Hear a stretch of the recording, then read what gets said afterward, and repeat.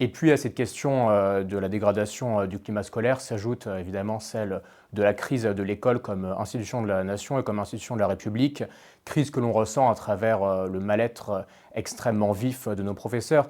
Il y a une étude qui m'a frappé il y a quelques semaines, c'est l'étude Thalys, donc au niveau de tout l'OCDE, qui montre que seulement 4% des professeurs en France se sentent valorisés dans leur travail par la société. C'est le pire chiffre de tout l'OCDE, vous ne pouvez pas trouver pire ailleurs. Donc ça en dit long sur la crise d'attractivité du métier, comme on dit en termes managériaux.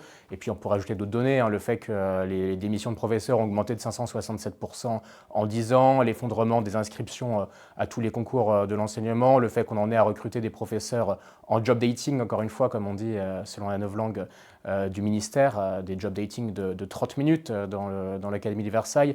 Donc tout ça dessine, si vous voulez, un paysage qui est extrêmement crépusculaire. Maintenant, je n'ai pas voulu, à travers cet ouvrage, en rester à une simple déploration, à un simple état des lieux anxiogène et pessimiste. J'ai voulu partir d'un discours de vérité pour rendre possible un discours d'espoir, d'où les très nombreuses propositions que j'ai formulées dans le livre, sur lesquelles on aura, je crois, l'occasion de revenir au fil de l'entretien.